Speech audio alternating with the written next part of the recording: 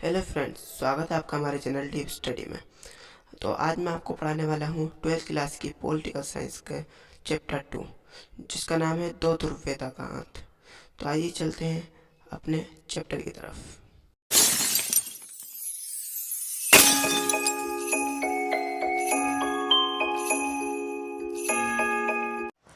Hello friends, ये हमारी political science की फर्स्ट बुक का सेकंड चैप्टर है, जिसका नाम है दो ध्रुवीयता का अंत। तो हमारा पहला टॉपिक है बर्लिन की दीवार। और बर्लिन की दीवार ये जर्मनी में स्थित है। और बर्लिन की दीवार पूर्वी और पश्चिमी खेमे के बीच विभाजन का प्रतीक थी, जिसे 9 नवंबर 1989 को जनता द्वारा तोड़ दिया गया। ये 28 वर्ष तक खड़ी रही और इसकी लंबाई 150 किलोमीटर लंबी थी। बर्लिन जर्मनी में स्थित है और उसकी राजधानी है। और बर्लिन की दीवार जो है इसलिए खड़ी की गई थी क्योंकि ये पूर्वी खेमे और पश्चिमी खेमे के बीच विरोध दर्शाती थी। ये दीवार 1961 में बनी थी।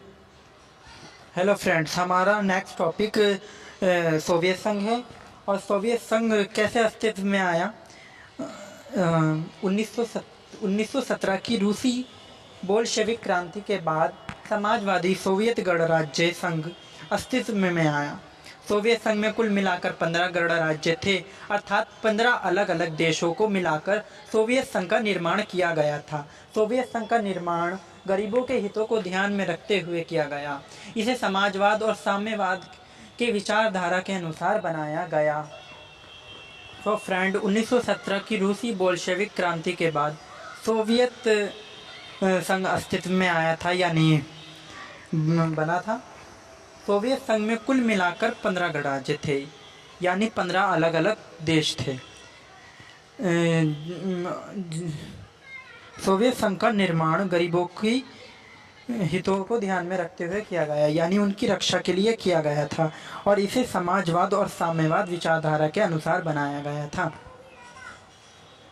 तो फ्रेंड्स, सोवियत संघ में 15 गणराज्य जो थे उनमें सबसे पहला है रूस, दूसरा है यूक्रेन, तीसरा Georgia, Belarus, Uzbekistan, Armenia, Azerbaijan, Kazakhstan, Kyrgyzstan, Moldova, Turkmenistan, Tajikistan, Latvia, Lithuania, Estonia. और इसमें रूस जो है वो सोवियत संघ का उत्तराधिकारी घोषित।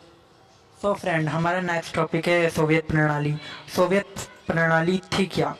तो आइए इसे समझते हैं। सोवियत संघ में समतावादी समाज के निर्माण के लिए केंद्रीकृत योजना, राज्य के नियंत्रण पर आधारित और साम्यवादी दल द्वारा निर्देशित व्यवस्था सोवियत प्रणाली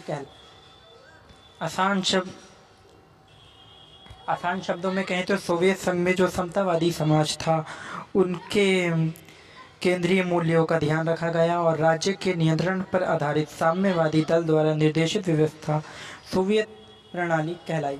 दूसरे शब्दों में सोवियत प्रणाली वे व्यवस्था है जिसके द्वारा सोवियत संघ ने अपना विकास। सो फ्रेंड्स, हमारा नेक्स्ट टॉपिक है सोवियत प्रणाली की विशेषताएं। जो सोवियत प्रणाली हमने अभी पढ़ी, अब उसकी विशेषताएं पढ़ते हैं। सोवियत प्रणाली पूंजीवादी व्यवस्था का विरोध तथा समाजवाद के आदर्शों से प्रेरित थी। यानी जो हमने फर्स्ट चैप्टर में पढ़ा था कि सोवियत पूंजीवादी जो थी वो अमेरिका और पश्चिमी देशों ने अपना रखी थी, तथा समाजवाद जो थी वो पूर्वी यानी सोवियत संघ ने अपना रखी थी। सोवियत प्रणाली में नियोजित अर्थव्यवस्था थी। एक मुख्य विशेषता ये भी है कि सोवियत प्रणाली में नियोजित अर्थव्यवस्था थी।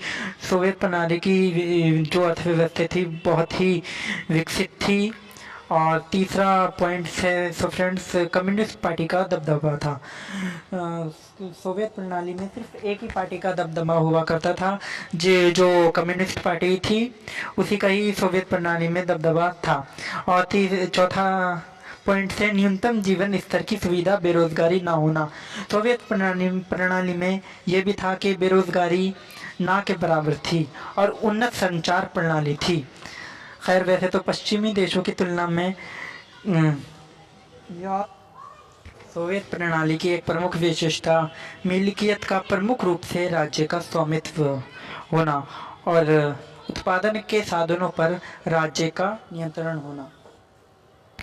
समाजवाद की एक मुख्य विशेषता ये होती है कि उत्पादन के साधनों पर राज्य का नियंत्रण होता है, ना कि निजी एक व्यक्ति विशेष।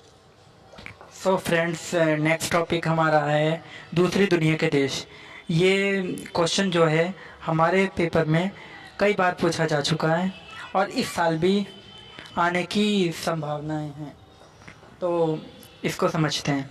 पूर्वी यूरोप के देशों को समाजवादी प्रणाली की तर्ज पर ढाला गया था और इन्हीं समाजवादी खेमे के देश या दूसरी दुनिया कहा गया। जैसा कि हम जानते हैं कि पूर्वी यूरोप के जो देश थे या पूर्वी जो देश थे वो समाजवादी प्रणाली की तर्ज पर थे, ना कि पूंजीवादी की तर्ज पर। तो इन्हीं देशों को दूसरी दुनिया के देश भी कहा जाता है। तो फ्रेंड्स, हम इन दोनों में अंतर समझ लेते हैं, साम्यवादी सोवियत अर्थव्यवस्था तथा पूंजीवादी अमेरिकी अर्थव्यवस्था में अंतर। तो सोवियत अर्थव्यवस्था और अमेरिकी अर्थव्यवस्था, तो पहला अंतर है राज्य द्वारा पूर्ण रूपेण नियंत्रित, यानी पूर्ण रूप से राज्य द्वारा नियंत्रित। और अमेरिकी अर्थव्यवस्था में राज्य का न्यूनतम हस्तक्षेप होता है।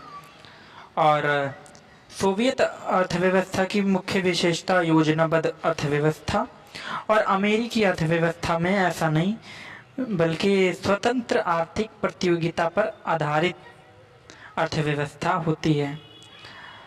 और सोवियत अर्थव्यवस्था में व्यक्तिगत पूंजी का अस्तित्व नहीं होता, बल्कि अमेरिकी अर्थव्यवस्था में व्यक्तिगत पूंजी की महत्वता होती है। और सोवियत संघ में समाजवादी आदर्शों से प्रेरित होता है और पूंजीवादी जो होता है वो अधिकतम लाभ के उद्देश्य से पूंजीवादी सिद्धांत होता है। और समाजवादी की एक मुख्य विशेषता उत्पादनों के साधनों पर राज्य का स्वामित्व होता है। इसमें उत्पादन के साधनों पर बाजार का नियंत्रण। नेक्स्ट टॉपिक है हमारा मिखाइल गोर्बाचेव जो थे वो सोवियत संघ के आखिरी राष्ट्रपति थे और 1980 के दशक में मिखाइल गोर्बाचेव ने राजनीतिक सुधारों तथा लोकतांत्रिकरण को अपनाया। उन्होंने पुनर्रचना यानी प्रेस्ट्रोइका व खुलापन ग्लासनोस्त्र के नाम से आर्थिक सुधार लागू किए। इसके बाद सोवियत संघ की समाप्ति की घोषणा 1991 में बोरिस येल्त्सिन के नेतृत्व में पूर्वी यूरोप के देशों ने तथा रूस, यूक्रेन व बेलारूस ने सोवियत संघ की समाप्ति की घोषणा की। CIS यानी स्वतंत्र राज्यों का राष्ट्रकुल बना, 15 नए देशों का उदय हुआ। तो हमारा नेक्स्ट टॉपिक सोवियत संघ में कम्युनिस्ट शासन की कमियां। सोवियत संघ पर कम्युनिस्ट पार्टी ने 70 सालों तक शासन किया और यह पार्टी अब जनता के जवाबदेह नहीं रह गई थी। इसकी निम्नलिखित कमियां थीं, जैसे कम्युनिस्ट शासन में सोवियत संघ में प्रशासनिक और राजनीतिक रूप से गतिरोध हो चुका था, भारी भ्रष्टाचार व्याप्त था और गलतियों को सुधारने में शासन व्यवस्था अक्षम थी और विशाल देश में केंद्रीयकृत शासन प्रणाली थी। सत्ता का जनाधार खिसकता जा रहा था। कम्युनिस्ट पार्टी में कुछ तानाशाह प्रकृति के नेता भी थे जिनको जनता से कई सरोकार नहीं था। पार्टी के अधिकारियों को आम नागरिक से ज़्यादा विशेषाधिकार मिले हुए थे। जैसा कि 90 तक आते आते कम्युनिस्ट पार्टी में कई कमियां आ चुकी थी, जैसे कि प्रशासनिक और राजनीतिक रूप से कम्युनिस्ट पार्टी जो थी वो गतिरोध हो चुकी थी यानी रुक चुकी थी, सक्षम नहीं थी। सोवियत प्रणाली में नौकरशाही शिकंजा था और कम्युनिस्ट पार्टी का बुरा शासन था, जैसा कि हमने अभी पढ़ा इससे पहले। और सोवियत संघ में अपना पैसा और संसाधन पूर्वी यूरोप में अधिक लगाया ताकि वे उनके नियंत्रण में बने रहें। लोगों को गलत जानकारी देना कि सोवियत संघ विकास कर रहा है, संसाधनों पर अधिकतम उपयोग परमाणु हथियारों पर करना और प्रौद्योगिकी और बुनियादी ढांचे में पश्चिम के मुकाबले पीछे रहना और रूस को प्रमुखता मिलना। गोर्बाचेव द्वारा किए गए सुधारों का विरोध होना और अर्थव्यवस्था गतिरोध व उपभोक्ता वस्तुओं की भी कमी होना, राष्ट्रवादी भावनाओं और संप्रभुता की इच्छा का उभार और सोवियत प्रणाली का सत्तावादी होना, पार्टी का जनता के प्रति जवाब देना होना भी एक कारण। ये सभी सोवियत संघ के विघटन के कारण रहे थे। तो फ्रेंड्स, अब हम पढ़ेंगे सोवियत संघ के विघटन के परिणाम। सोवियत संघ के विघटन के क्या क्या परिणाम रहे। तो इससे क्या हुआ, शीत युद्ध का जो संघर्ष चल रहा था वो समाप्त हो गया और दूसरी दुनिया का पतन हो गया। एक ध्रुवीय विश्व अर्थात अमेरिकी वर्चस्व का उदय हो गया, क्योंकि सोवियत संघ जो था वो टूट चुका था। हथियारों की होड़ की समाप्ति भी हो चुकी थी और सोवियत खेमे का अंत और 15 नए देशों का उदय भी हुआ। विश्व बैंक और अंतर्राष्ट्रीय मुद्रा कोष जैसी संस्था ताकतवर देशों की सलाहकार बन गई। रूस सोवियत संघ का उत्तराधिकारी बना।